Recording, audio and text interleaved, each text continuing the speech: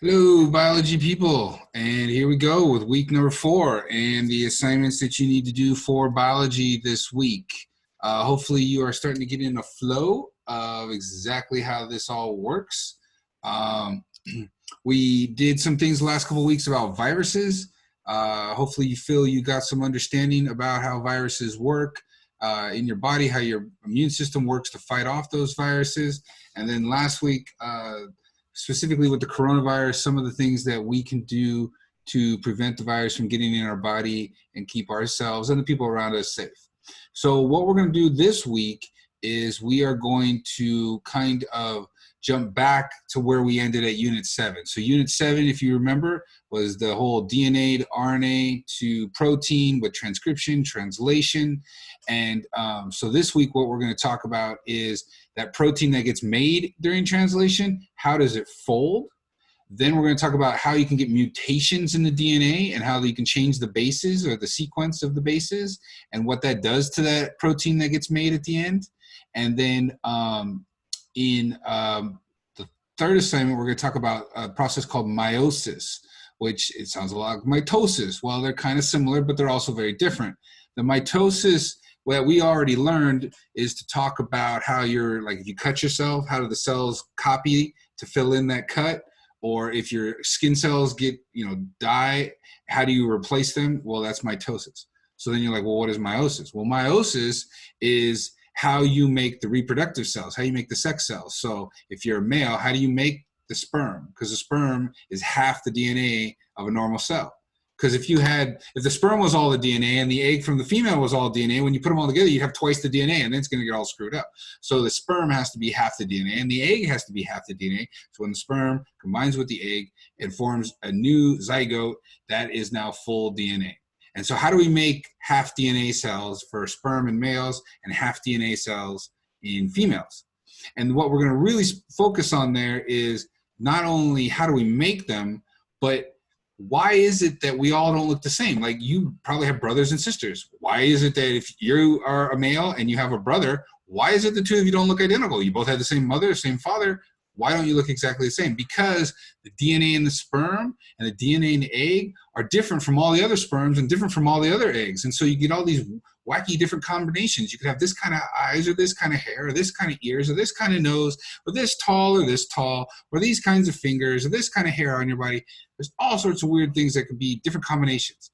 And so even though you're getting DNA from dad and DNA from mom, you get different combinations possibly from dad and different combinations from mom. And those unique combinations of dad and mom coming together made you. And so that's what meiosis is talking about. How do we make those different combinations of sperm and different combinations of egg? And so that's what we're focused on this week. So let's go jump into the online notebook, take a peek at what you're working with.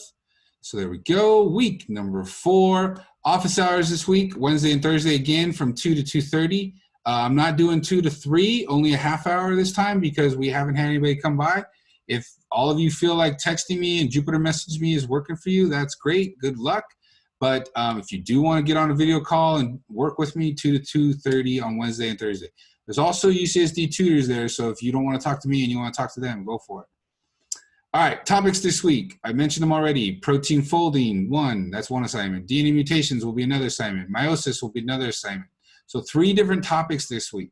Why am I doing that? Because these are probably topics I would probably take a little bit more time on if we were going in class each day. But I definitely want to get you familiar with them, especially if you're looking to move on to higher level biology classes in the future, either at high school or in college. And so I want to make sure that you are ready. So when you go to those higher level classes and they go, oh yeah, you know how the protein folds? I don't want you going like, oh, what? I didn't know proteins fold. Okay. I want to make sure you've been exposed to it. So that's these 3.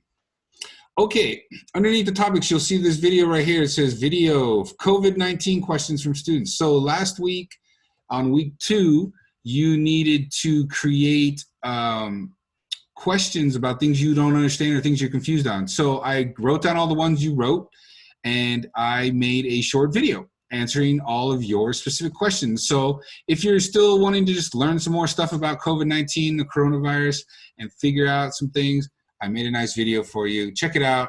Everything I talk about on there is a question from students that I got. So there you go. questions for Mr. Charlton students. Okay, this video will be right here on video agenda and work for week 4. All right, what is due at the end of this week? Again, make sure you log on to Jupyter so you can get checked in specifically with your period 2 teacher. You are going to do a drawing on protein folding. Take a picture of that, turn it into Jupyter. You're going to do some DNA problems on a separate sheet of paper. Take a picture of them and turn them into Jupyter. You're going to create a Venn diagram of meiosis versus mitosis on a piece of paper. Take a picture of it, turn it on Jupyter, and then we have an online quiz, about 12 questions this week. All right, if you forget how to turn anything on Jupyter by taking a picture, again, this video right here will show you how to do it. So link over, watch the video. All right, assignment number 1, protein folding. So I specifically gave a video just about how proteins fold. This is like me doing lecture notes in class. So I highly, highly, highly recommend that you watch this video, because not only do I go over the information, but I pretty much show you how to do this assignment that's listed below it. There's also a couple other videos from other people on YouTube about protein folding that I thought might be helpful, but this is the one I made for you. So make sure you check that one out. And then the assignment. What is the assignment? I give you a sequence of DNA. I want you to turn it into an mRNA sequence. Hopefully you remember how to do that from Unit 7. If you do not, again, watch that video. Then from that mRNA sequence, you're going to make the amino acid sequence. If you don't remember how to do that, watch that video. There's the genetic code in case you don't have it on your notebook. You should have it glued in if you have access to your notebook. And then it's going to talk about primary, secondary, and tertiary folding. I want you to draw little pictures of that. Again, you're like, well, what do the pictures look like? There's a video on it right there. Okay, so watch that video. You have to watch that video. Have to. Okay. If you watch that video, you're not going to get stuck. All right, that's assignment number 1. Once you're done with that on a separate sheet of paper, take a picture, turn it into Jupyter. Assignment number 2, DNA mutations. Again, I made you a specific video right here.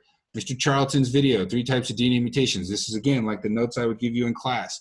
Highly, highly, highly, highly recommend that you watch that video, because I go over the information that you need to work with. In addition to that, I give you this thing called a simulator. I'll click on it so you can see what it looks like. It is really just something for you to play around with, to see how messing around with the DNA can create different kinds of proteins. For those of you that like comic books and you like superheroes like X-Men, and you're like, well, how do they make a mutant? Well, you mutate the DNA. And so this thing, although it's not going to make mutants, it's not that complex, but it gives you a DNA sequence, and you can edit the DNA. You can go down here and change the DNA. You go, you know what? I'm going to just make these all C's. C. Sorry, it's going a little slow because I'm shooting a video at the same time that I'm showing you this. Okay, then I hit apply, and it changes my DNA. See, look at all the C's I just made right there. And I go, what does it look like when I transcribe it? Da, da, da, da, and you get to play around. It goes, boom, it starts making the RNA right in there for you.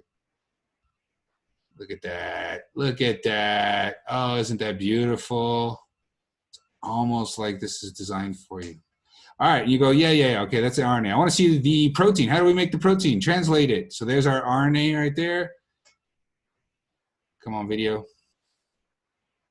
Where is it at? Translate. Uh-oh. I think I broke the internet. And then show protein. It shows you the protein right there. So again, it's going slow, but you can play around with this thing. You can mess around with it. Just something for you to play with. And I give you some instructions of how to play around with that simulator if you'd like. But again, watch that video, Mr. Charlton's video. That's going to show you how to do what? This assignment right here. So on a separate piece of paper, I give you a DNA sequence. You need to convert it into an RNA sequence. And then take that RNA sequence, use it to make an amino acid sequence. Should know how to do that. Then I give you now a new mutated DNA sequence. Then turn that mutated DNA sequence into RNA, and then use the RNA to make an amino acid sequence. I give you a second mutated sequence. Make the mRNA, make the amino acid. And then once you've done those 3 transcribing and translations, there are 4 questions to answer on that same piece of paper. If you're not sure how to do either the questions or this, that means you, guess what, did not watch this video right here that I told you how to watch, because it shows you how to do that stuff. Okay, so you'll do all that work on a separate sheet of paper, take a picture, turn it in on Jupyter. Assignment number 3, meiosis and mitosis. It's a Venn diagram. Okay, if you don't remember how to make a Venn diagram, I give you the video right here, a video if I forgot how to do this from week 2. This is a video not made by me, but made by one of our tutors from UCSD. I think he did a really great job. His name is David, and he made a nice video for you. But I also have a bunch of other videos here that I think could help you. Basically, just like we did with bacteria versus virus, you want to create the 2 circles. You want to do 1 circle for meiosis, 1 circle for mitosis. And even though they sound the same, there's a lot of things that are different about them. And make sure you say, what do they have in common? What things are different on both sides? And then take a picture of that and turn it in. And then a online Jupyter quiz. So again, it's not here. You got to go into Jupyter to take that quiz. So 4 assignments for the week: Jupyter quiz, Venn diagram, mutations, mRNA and amino acid sequences with questions, and then a folding, protein folding from a DNA sequence. Okay, so there you go. Those are the assignments this week. And I think you should be pretty good with that. Again, if you get stuck on any of this stuff, or you don't understand folding, or you don't understand mutations, or you don't understand meiosis, reach out to me on Jupyter message, reach out to me through a text message, or come to office hours on Wednesday and Thursday from 2 to 2:30 with the information at the top. I wish you all good luck, and I'll see you later.